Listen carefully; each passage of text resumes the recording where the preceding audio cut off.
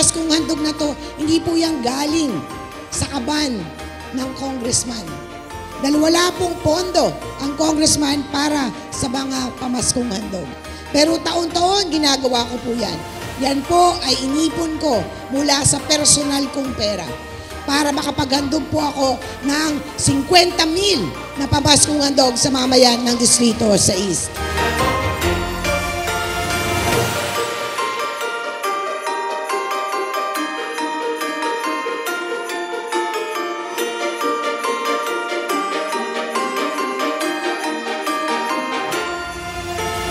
Kaya ang aking balik sa inyong kakapatang, ang aking balik sa inyong pagkakain sa akin